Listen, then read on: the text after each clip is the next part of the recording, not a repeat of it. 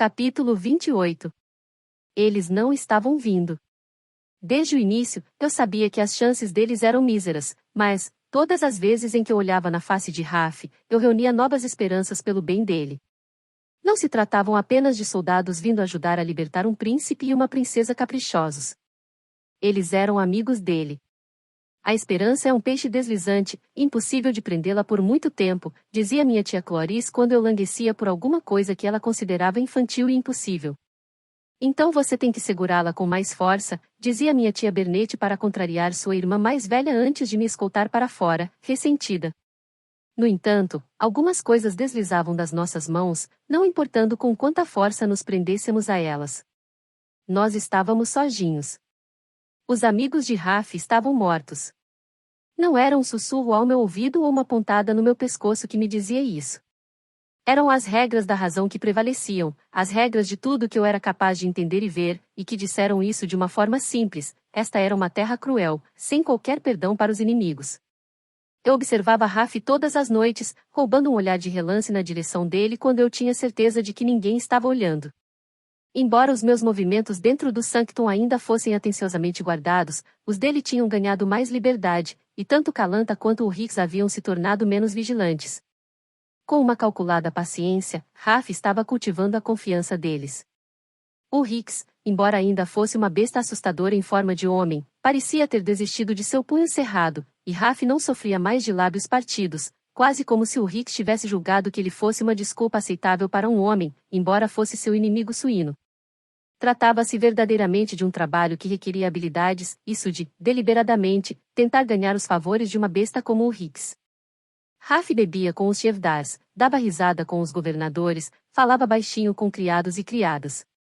Jovens criadas roçavam-se perto dele, cativadas pelas tentativas rígidas e desajeitadas dele de falar vendano, ansiosas para encherem novamente sua caneca, sorrindo para ele por sob cílios abaixados.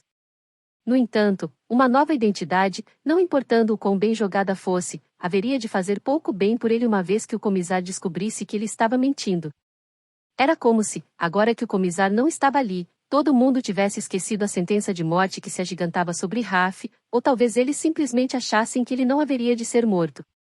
Alguém estava sempre puxando para o lado, com os chevdar sondando sobre as forças armadas de Dalbrek, ou governadores curiosos em relação a seu distante e poderoso reino, pois, embora regessem seus próprios e pequenos feudos aqui, eles tinham pouco ou nenhum conhecimento do mundo que ficava além do grande rio, que eles só conheciam por meio do Ratan que se aventurava além das fronteiras ou por meio de vagões dos Previsi que partilhavam seus tesouros.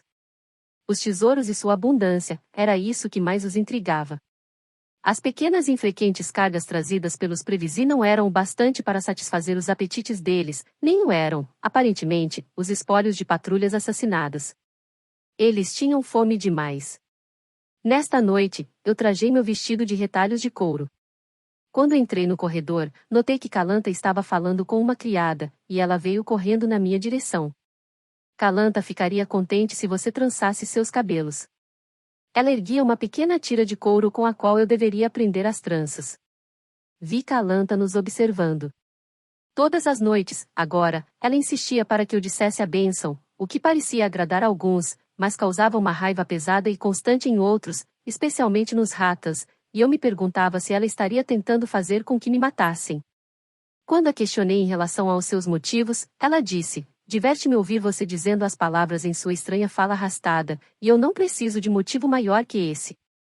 Lembre-se, princesa, de que você ainda é uma prisioneira. Eu não precisava de qualquer lembrete disso. Você pode dizer a Calanta que eu não tenho a menor intenção de trançar os meus cabelos só para agradá-la. Voltei um sorriso rígido a Calanta. Quando olhei novamente para a menina, ela estava com os olhos arregalados de medo. Essa era uma mensagem que ela não estava entusiasmada para transmitir. Peguei a tira de couro da mão dela. Mas farei isso por você. Puxei meus cabelos por cima do meu ombro e comecei a trançá-los. Quando eu tinha terminado de fazê-lo, ela sorriu. Agora seu belo desenho ficará à mostra, disse ela. Exatamente como Calanta queria. Calanta queria que meu cava ficasse à mostra?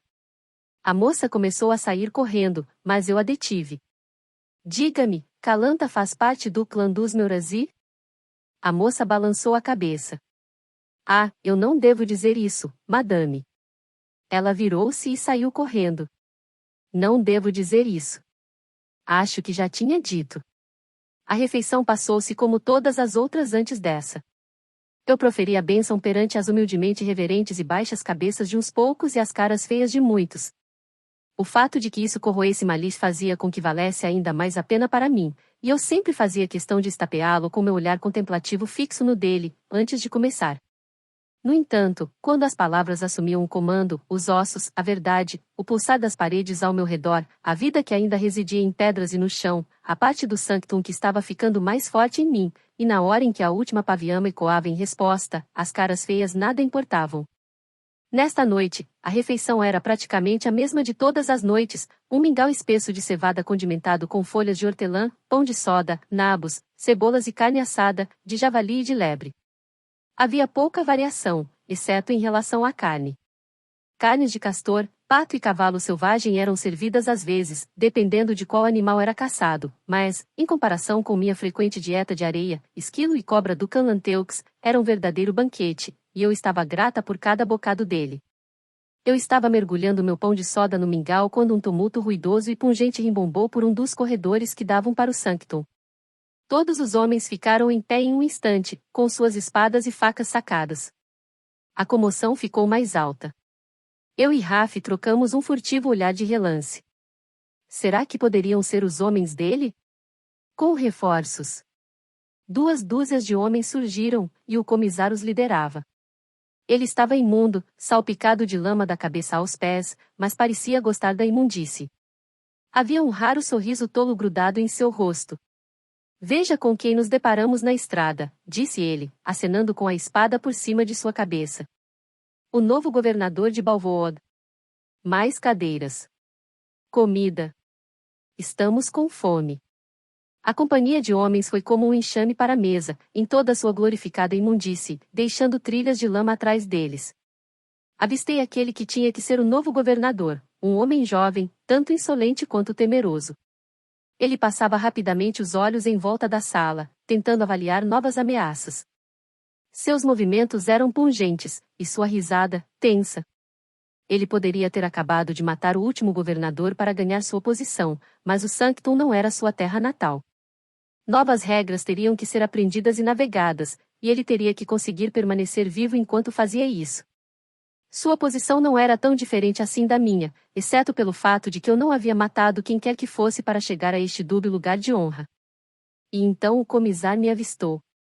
Ele deixou seus equipamentos caírem no chão e cruzou a sala, parando à distância de um braço de mim. Sua pele brilhava com um dia de cavalgada ao sol, e seus olhos escuros reluziam enquanto tracejavam as linhas do meu vestido. Ele ergueu a mão e passou o dedo pela trança que caía por cima do meu ombro. Com seus cabelos penteados, você parece apenas um pouco selvagem. A sala irrompeu em uma risada leal, mas o olhar contemplativo dele, que deslizava por mim, contava uma história diferente, história esta que não era engraçada nem divertida. Então, enquanto o comissário está ausente, os prisioneiros fazem a festa. Por fim, ele voltou-se para Caden. Foi isso que minhas moedas compraram? Rezei para que Caden dissesse que sim, de modo que a culpa fosse recair sobre nós. Caso contrário, os generosos presentes de Fiera poderiam ser pagos com retaliação. Sim, foi a resposta de Caden. O comissário assentiu, estudando, encontrei um governador. Agora é sua vez de encontrar o outro. Você parte pela manhã. Por que você? Perguntei, soltando, desajeitada, o cordão da minha cintura, o qual caiu ruidosamente no chão. Caden continuava a procurar diligentemente por alguma coisa em seu baú, jogando para fora um longo manto orlado com pele e meias de lã. Por que não eu? Eu sou um soldado, Lia. Eu estiquei a mão e peguei no braço dele, forçando-o a olhar nos meus olhos. Os olhos dele estavam cheios de preocupação. Ele não queria ir embora. Por que você é tão leal a ele, Caden? Ele tentou voltar-se novamente para o baú, mas segurei o braço dele com mais força. Não, falei. Você não vai me evitar outra vez. Não dessa vez. Ele ficou me encarando, seu peito erguendo-se em respirações controladas. Ele me alimentou quando eu estava passando fome, para início de conversa. Um ato caridoso não é motivo para vender a alma a alguém. Tudo é tão simples para você, não é? A raiva lampejava por sua face. É mais complicado do que um ato, como você se refere a isso? Então é o quê? Ele deu a você um belo manto? Um quarto nu. Ele fez um aceno com a mão pelo ar. Eu fui negociado, Lia. Como aconteceu com você? Ele desviou o olhar como se estivesse tentando recobrar a compostura. Quando voltou a olhar para mim, a fúria quente ainda estava em seus olhos, mas seu tom soava lento e cheio de cinismo. Só que, no meu caso, não houve contrato algum. Depois que a minha mãe morreu, eu fui vendido para um círculo de mendigos que estavam de passagem, por um único cobre, como se eu fosse um pedaço de lixo, com apenas um único porém, que nunca me trouxessem de volta. Você foi vendido pelo seu pai? Perguntei a ele, tentando compreender como alguém poderia fazer uma coisa dessas. Em segundos, o suor havia se assomado em sua face. Essa era a recordação que importava, aquela que ele sempre havia se recusado a partilhar. Eu tinha 8 anos de idade, disse ele. Implorei a meu pai para que ele ficasse comigo. Caí aos seus pés e envolvi meus braços em volta de suas pernas. Até hoje, eu nunca me esqueci do nauseante cheiro de sabão de jasmim na calça dele. Ele fechou a tampa do baú e sentou-se, com os olhos desfocados, como se estivesse revivendo a recordação. Ele me dispensou. Disse que eu ficaria melhor daquele jeito. O melhor foram 2 anos com mendigos habilidosos que me matavam de fome para que eu pudesse conseguir mais dinheiro nas esquinas das ruas. Se um dia pedindo esmola não trouxesse o bastante para eles, eles batiam em mim, mas sempre onde os machucados não apareceriam. Eles eram cuidadosos assim. Se eu ainda não trouxesse o bastante, eles ameaçavam levar-me de volta ao meu pai, o qual me afogaria em um balde de água como se eu fosse um gato de rua. O olhar contemplativo dele ficou afiado, cortando-me. Foi o comissário que me encontrou pedindo esmola em uma rua lamacenta.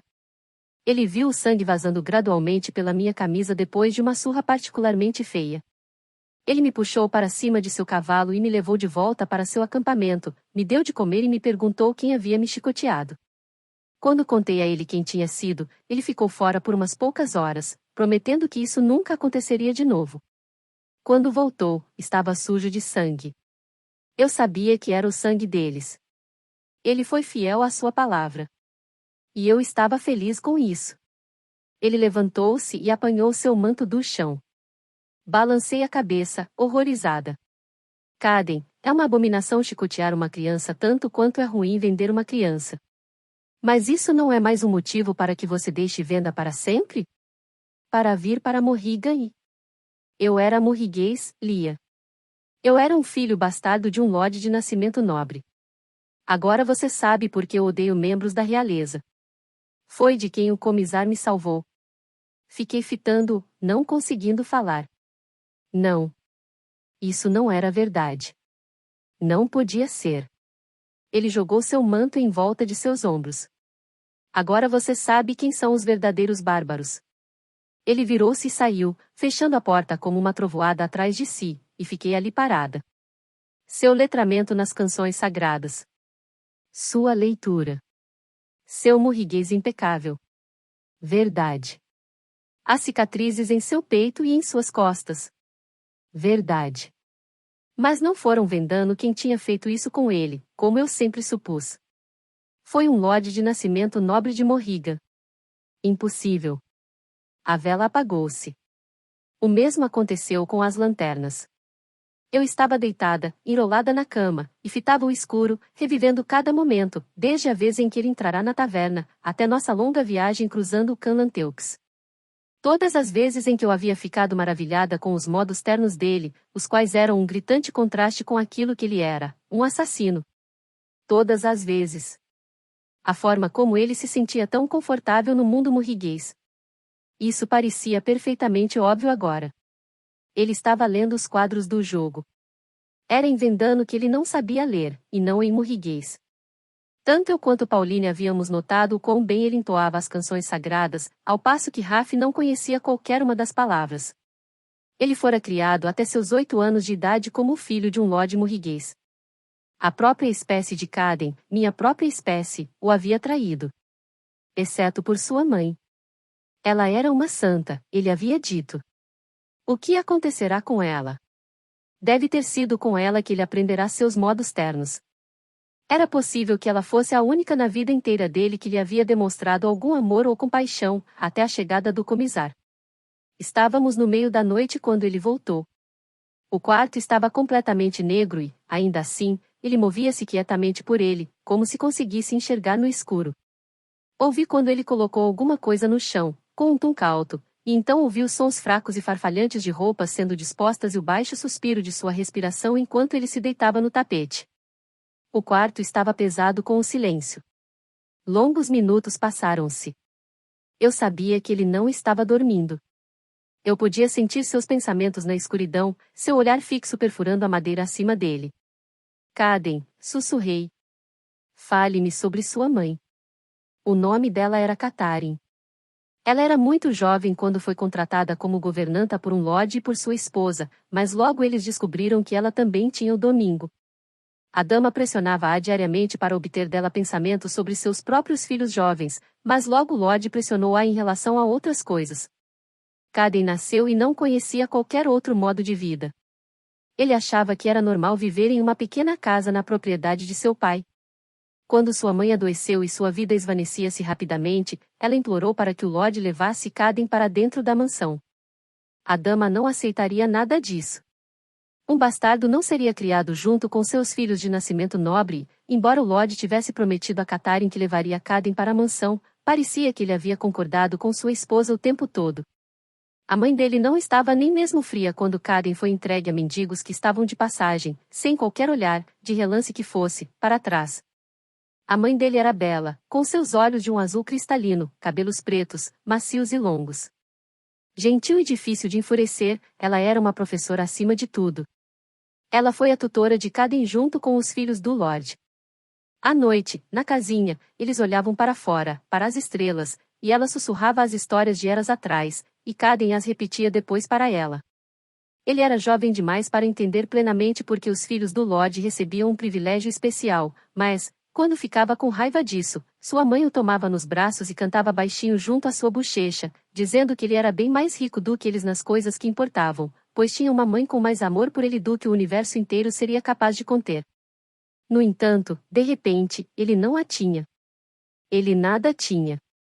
Um de seus maiores pesares era ter os cabelos de um loiro branco e os olhos castanhos do pai. Quando olhava em um espelho, ele queria pelo menos ver um pouco de sua mãe ali. Eu a vejo, Caden, falei. Eu a vejo em você todos os dias. Desde o instante em que o conheci, vi sua calma, seus modos ternos.